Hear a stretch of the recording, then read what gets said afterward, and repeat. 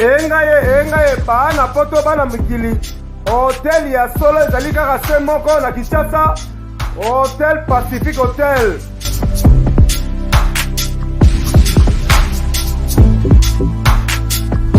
Ezali na balabala ya kitoko Kabamba Wangata, précisément na avenue Luvungi numéro 146 na commune ya Kinshasa.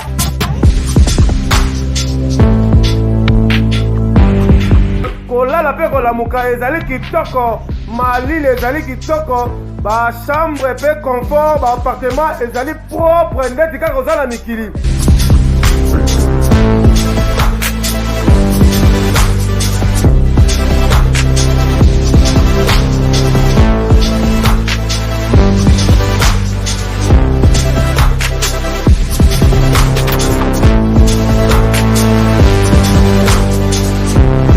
Kuna kolia cuisine africaine, cuisine européenne.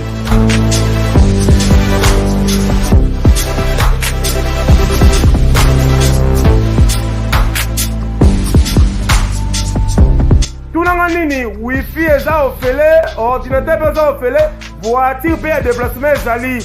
Kozanga te oleka kuna, soki oleki kuna ozala jamais déçu. Bana poto bana mikili, ba homme d'affaires, place ezaka moko na Hotel Pacific Hotel. Kuna la classe est la différence. Et yo.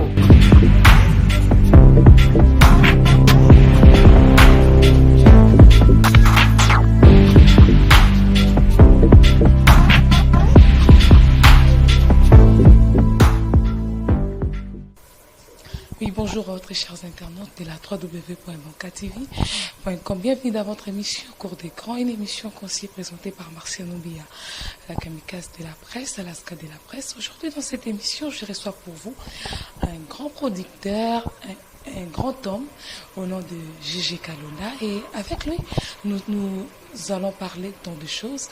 Et bien sûr que beaucoup découvrir, surprise tout au long de cette émission. Et je salue certainement mon invité. Bonjour. Bonjour Mistela. Comment vous allez? Oh, je vais très très bien. Hein. C'est un énorme plaisir de te rencontrer enfin. Merci beaucoup, moi voilà. Aussi. Et bon séjour à Kinshasa. Oui, très très bon séjour. Ah ouais, je suis sûr que les internautes vous suivre à Bissou, vous comprenez déjà. L'invité aux Anna Plateau, il y a Martial Noubia, il y a la kamikaze. Tokolo va trotter. On a plus où se présenter là-bas, internaute, Talio, Kaka Gégé Kalonda. Vous êtes producteur, tous à Nani au juste. Bonjour à tous les mélomanes et les internautes, ceux qui suivent la Mystère. Voilà. Je me présente comme en anglais, Gégé Kalonda. Nazali, comme à toute la question, oui, producteur sur scène. Et ensuite, Nazali, grand mécène de la musique des arts, la musique congolaise, quoi, l'art d'Abisso, donc Nazali, grand mécène. Donc, grand mécène, voilà. Donc, ça fait plus de 35 ans que nous avons un mécénat. Ah oui. Voilà. Ah oui, je suis sûr que l'internaute vous suivra Abisso pour comprendre la présentation de mon invité.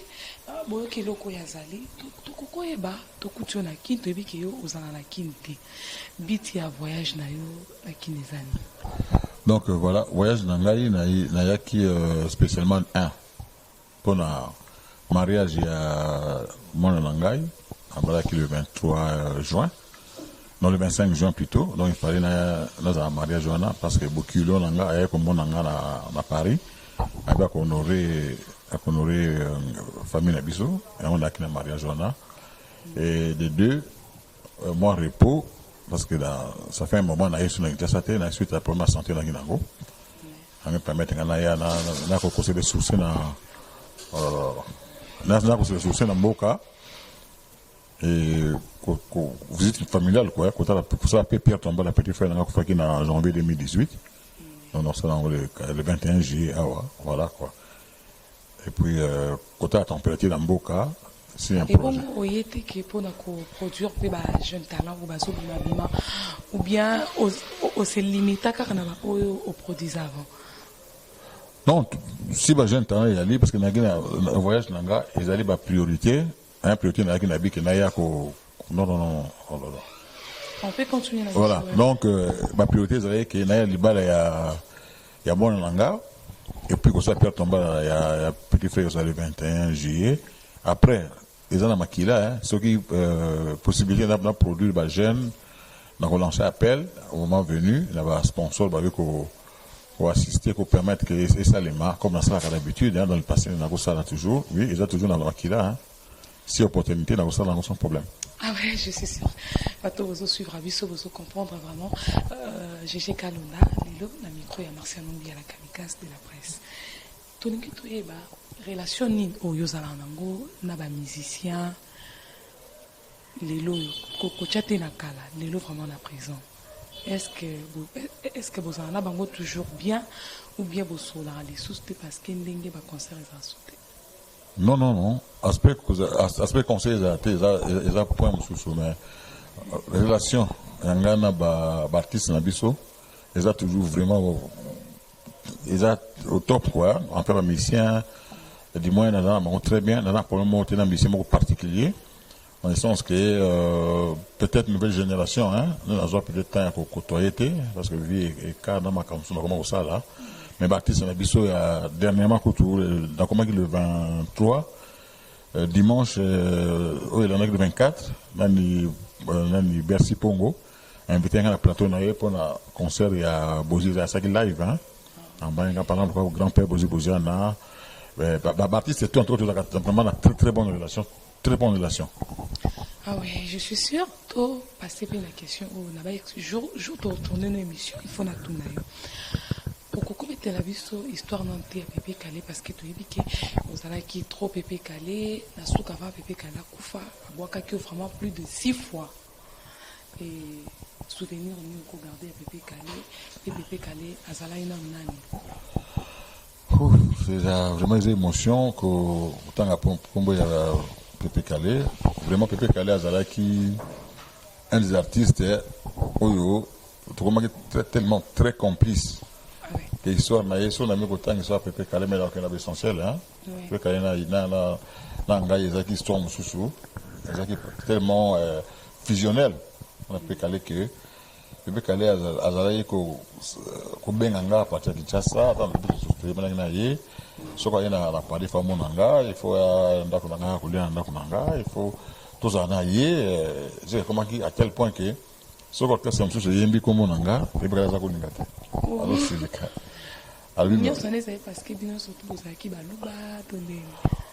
Non, j'ai même pas question. Pépé Calé qui m'a dit tout hein, il y a un secteur global. Des hommes qui là, même qui sont écoutés hein, au cause de la chinois na congolais sont qui écoutés, pas de comprendre les besoins ko kana.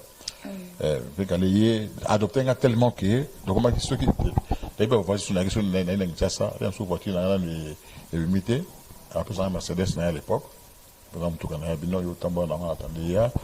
Surtout que na concert avant le concert il faut que nous jouions na bandal tu es de côté de la moko ce concert de Sili to landani na voiture na azo sanga tipo na biso so na côté mutuka ali jusqu'à madame na ya fait camino na côté kambal no na ke donc tu vois siko lelo et ça la comment kota la empire bakuba et kufa et pourquoi pas beaucoup que ça là une chose là qui ko ça sous empire bakuba et ça la revivre l'histoire empire bakuba est très très complexe dans le sens que à titre de rappel empire bakuba c'est lui moi qui comprend la politique au Kabak il est vivant à Lausanne bakendeki na Lausanne basaya kuna mais ekitanga makama Schengen bandaki alors on a la dans cette approche qui permet de faire na Pépé Calé na un concert mo na bango abino pour mesate donc visa liboso ya Schengen pour empire baya na Schengen dans Schengen de Vallée ngam nous avons visa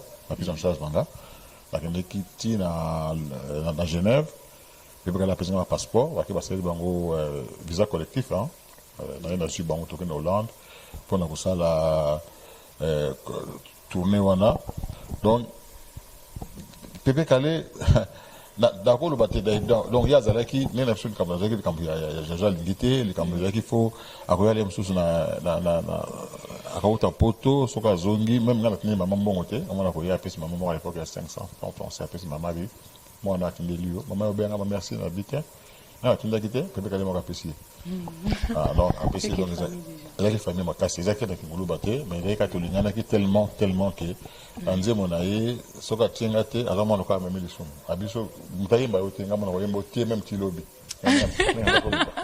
Ah ouais, je profite aussi pour saluer Clara Kalombo, la crème des vandales, une femme battante. La Moni Lilo, j'ai Kalonda en live. Des Caloms. Salut bien. Salut Clara, salut Nanakine. Oui. La crème. Oui, papa, tu as dit que Lilo, affaire combattant, tout le monde a Lilo que le concert est à la poto. Vous avez vraiment monté au vendre à la poto, puis vous avez qui peut mener à la musicien. Tu as dit que ça là que la musique est bêta sur la poto. Bon, Ezali, de toute façon, Ezali, c'est vrai, on a producteur. Pour le combattant, il a un problème très très délicat. Parce qu'il y a un producteur qui a concert à Paris, notamment Pierre Bakouba, Antichoc, Antichoc à Paris, dans ce concert ancien Zaliko. Phénomène, il y a plutôt un phénomène. Le problème de combattant, il est plutôt glissant. Il y a un problème naturellement glissant, dans le sens que revendication, il y a un peuple, population moko, il y a un peuple moko, non. Boka ça va pas. Tant que boka ça va pas. Ba monique ne ba jaki ba biki olé tout concentré même sur force na biso. Hein? Na artiste tout ça là le mot que toute la solution pour na mboka tellement sur force de mingi. Alors artiste bazo là sur connaître ça na bango. Vraiment parce que l'artiste il y a ko boya parce que mususu. Mais biso to yebaka na kin ezalaki ke bato poto bakomaki na jalousie na ba musicien parce que soka eki na kuti musicien azanda kwa bien asengi ke musicien là la musicien boy de kanda wana pour mo boya ke musique beta na poto. Non. Bato poto ils a raison parce que poto vraiment surtout aux mature. Aux mature tant que artiste ya salim ça na il usa fanatique au kabili voiture. Au son milieu là-bas, bon. Ce qui est s'organiser, les amis, artiste quoi y a que bon, la maille na yoana, à sali maille na y, à tourner pas na y, à s'entendre pas na y, les amis. Mais raison que bata poto, bah comment qu'ils jaloux dans musicien, je pense pas. Je pense que c'est la question il y a organisation, parce que même si on a poto, c'est pas la poto, tout ça poto, mais monsieur bazar organisé. Vraiment, nous salaire, nous s'organiser. Donc, le débat pour le bac, comme jaloux contre les artistes et musiciens, je ne pense pas. À moins, il y a un règlement interne, un problème particulier. Il y a un monsieur à quoi la moitié, ou le monsieur qui est aux années. Mais pour généraliser, que les jaloux dans les musiciens, parce que ce qu'il y a, musiciens beaucoup hébergés, pas naïe, je ne pense pas, il y a un faux débat. Ah oui, bien sûr que vous avez un éclaircissement dans la question. Ce que tu as dit, à part ma famille, est-ce qu'il y a une idée que pour le pays, pour créer un emploi, parce que tout ce président est ou bien uniquement ma famille à cause j'avais souligné, ma famille, oui, mais toujours dans la sac, toujours un projet. Oh, on a dévoilé ceux qui m'ont famille à clôturer, parce qu'on a mélangé, on a délivré à la fois quoi. Pierre Tamba, la petite fête, le 21 juillet. Après, on a un peu dédouané la famille. Parce que depuis, dans la zone de Makoutouté, la famille est tout le temps, au Talanga, ça fait quand même 9 ans. Si tu as problème de santé, c'est beaucoup. Donc, quand on a souvent, maintenant, le problème de santé est au sérieux. Il y a un monde qui soudé pendant 9 ans. En tout cas, ça m'a permis de récupérer force dans la ligne. On a toujours un projet. Parce que chaque fois, on a dans les passages, on a ça, on a écouté la famille, mais toujours à la fin, il faut monter un projet culturel. Ils avaient qui dans la mémoire, dans ce festival, dans cette salle africaine à l'époque. À l'époque, dans cette festival, sponsor à l'époque, à Zaki Brasser, orchestre, folklore, dans ce festival, il y a un BCBZ. Dans ce dans ce africain, on est ensemble dans la cabaralité. Voilà, et là qui sont des mandats de Boana, Boloabunda par l'époque. Donc chaque fois, on a quand même sonné, la Bozi, la Betsa, la Makia, la Betsa, Didoyo, la Betsa, Mibi, la Bisso, Zaïko, pendant qu'il est dans un projet. Donc, ça dit que ce qui m'a compris ici, dans un projet, on a développé ce côté, peut-être, on a vu ça. Ah oui. Déjà, on a la confidence. Oui. Oui, bah, déjà, qu'ils avaient la surprise. Oui. Et avant, on a un projet. Ça, c'est un projet, un très grand projet. Ah, merci vraiment. Et là, par là aussi, je profite pour saluer Joël Lili Atala en chair et en os, le patron des Translation 7 à Londres. La vie sur Rambo Tenayo, tu es toujours et tu seras toujours quoi. Joël Lili Atala en chair et en os, Londres toujours Rambo Tenayo. On a salué Yves Massani, gros bisous Nayo. Et je salue aussi Abe Gandongo, le meilleur de tous les temps. Agent César Moko. Il y a Titi de Bundes Umberto. Tokomoko malabiso à la fin de l'émission nabiso tungito yeba. Nandenge ozomone la tension ya ba combattre la poto est-ce que va concert ekozonga ou bien ozonga na nsutu ki ba mission nabiso ba bossa na. Oui, parce que moi les a contradictoires. Que ba concert ezonga te, je pense pas parce que même les plus grands combattants pour coexister à l'union musique nabiso.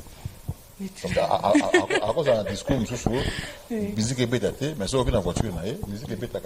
Les artistes, on entend un talent, la musique n'est pas en voiture, on est un combattant. À l'Ingalem, sous l'exemple, on n'est pas cité, on est en Fali. À ce bêta, papa, habité, à ça contre Fali, mais à contre musique est bête, mais à répétition, on a été bien à étrangler ou à bête, parce que la musique a fallu dans la voiture. Donc, le débat, il y a un conseil aux hommes. Il y a un très grand débat, mais je crois que toujours que vers la fin, chacun doit mettre de l'eau dans son vin pour nous retrouver une solution. Combattant ou musicien, artiste, tout ça, c'est congolais. Donc, pour parler des autres, même en coulisses, même si on a des cançons en coulisses, ça, on va cheminer toute la solution que la musique est zonga. Les gens qui ont des mike, sont d'accord, mais ils ont la porte. Mais il y a aussi une tension entre Kofi Olomide et la combattante Coco Madera. Point de vue, Coco Lobani. Point de vue, vous savez, Kofi est un grand artiste. Mais. Kofi est un grand artiste. Voilà. Donc, mais Kofi, au Batouaïbi, ils ont un caractère, ils ont une force de caractère. Donc, sinon, Kofi, il ne peut pas se laisser manipuler. Ceux qui ont senti, ils doivent se faire manipuler. Donc, ils ont un caractère, ils ont une force de caractère. Bon, Coco Madera, il y a qui n'a pas question, il a dit, ceux qui vont tomber d'accord, à mon avis, il y a une question, on a beaucoup répondre, on a répondre. Mais ceux qui ont avec ça qui a beaucoup répondre, donc je suis centre qui a caractère à mon nom, attends, on gagne, on a répondu qui m'a bien ou m'a jugé. Voilà, mais on a un avis mondial contre le Kofi ou contre Madera ou pour. Ni pour ni contre. Ni pour ni contre, donc, bas adulte, hein. Les débats, on attend tout ça. Ah ouais, je suis sûr que dans l'internet, vous suivre vous comprenez bien tout ça qui n'a pas GG Kalonda. Un mot de la fin, bien le César, n'a pas tout suivre qui retenir ni na entretien na biso lelo. Entretien na biso ali que culture na biso eza bien, eza makasi mingi. Ça dessus le maire c'est tout. Donc et là on a encore moi fin rose à la que to biso ba ya maman moko hein. Tout ça l'effort, to yokana, to tika ba préjugé mususu hein parce qu'il faut tous se retrouver tout faire autour d'une table hein. Autour d'une table, moi je conseille tout autour d'une table, solution qu'on soit toujours. Donc bon malade parce que bon envoyé. Na quand tu connais ba contradiction aller belé, surtout l'aime sur pour la critique, tu sais sur côté ya bâtisse fait, mususu bazar la mort game mususu, pour qu'on communiquer, l'aime sur la publicité quoi. Comme de d'accord. Mon sou mon deuxième sous mon militaire ali et ça fait bien. Donc la monique même aux raison même aux raison même aux raison aussi milieu mouké courir les gars facilement. Mais ce qui est libre de faire parce que mon sous à s'opposer na yo et que yo beaucoup ça mon militaire, yo peut beaucoup s'opposer et vous avez étincelle. Donc voilà. Donc voilà. Toujours en avoir raison. Beaucoup ça on a besoin il y a force, il y a pas de façon mouvement surtout pour construire, tout les construire en quoi. Ah oui. Naza sûreté que ndenge oyeboye neti pouvoir eza ya bango Maman va faire ça dans ma poste parce que tout le monde va lui baigner sur la soupane. Bon. Tellement que Balouba est péjoratif, hein, congolais. Aux valables. Aux en bagage na yo, aux en talent na yo dans le bas, aux en apporter un plus na Congo. Et au dépend de Moulouba, Moutété là, Mongwandité. Congo est la force, non, surtout force vive. Au bazali qui bazane idée more constructive, hein, pour toi avancer, pour surtout qu'aux zones à ciment. Pour ne pas récupérer le terme à président de la République, que le peuple d'abord, ils ont terme, il y a président de la République qui est monté, ils ont universel. Donc, ce sont le peuple d'abord, tout, bah, ça, le pouvoir est le pouvoir est bien. Ce peuple a souffrir, alors il n'y a pas lieu à espérer qu'on progresse, quoi, parce que voilà. Ah ouais, merci vraiment d'être disponible. Quelques dédicaces, on a vu que vous êtes très connus. Suivre l'émission.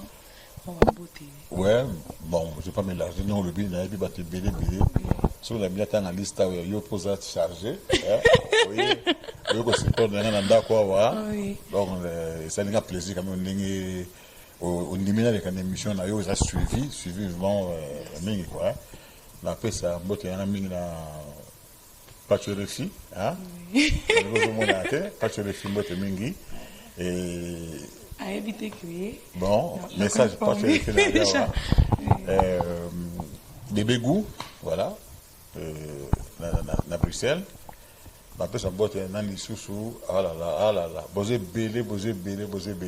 Mes enfants, Naomi, Jean-Jacques, Nathan, bah, on rappelle que ça, Gédéon Kalonda, Nathalie, Grace, Caleb, Josué, on a une famille Kalotozali, et belé. Donc, moi, tu as pas surtout Oyo, bah, estimant, et puis quand tu estimes, voilà, comme message, beaucoup s'abonner, mingina. Banquet TV. Banquet TV et pas à Bistia. Merci beaucoup, papa, d'être disponible dans les canaux émission. Et moi, théâtre, n'a pas de Mukendi, la patoche, pas de Mukendi. La patoche, pas de Mukendi. Ça, est vraiment bien, pas de Mukendi, pas de Mukendi. Bambo théâtre, n'a bienvenue et bio la motivation de l'homme, on s'appelle Nakin Awa, la piste Bambo théâtre. Agent César Moko, il y a Titi de Bundes Umberto, Bambo Tenayo. Jolie Atala, en chair et en os, sponsor officiel de Marciano Mbia. Jolie Atala, en chair et en os, les patrons de Trans la chaîne CNN. Merci Nassib Azalaki derrière la caméra. Et merci à toi, Mike, dans le montage, on a monté la vie sur l'émission. Et je fais de gros bisous à mon fils, Faustino, l'amour des mamans, la joie des mamans. Bambo Tenabino, on a tout le temps Balasima, on a invité nos sous-sous, Rési Boula, les ténors du titre. Il s'allait vraiment bien. Bon anniversaire, Nayo.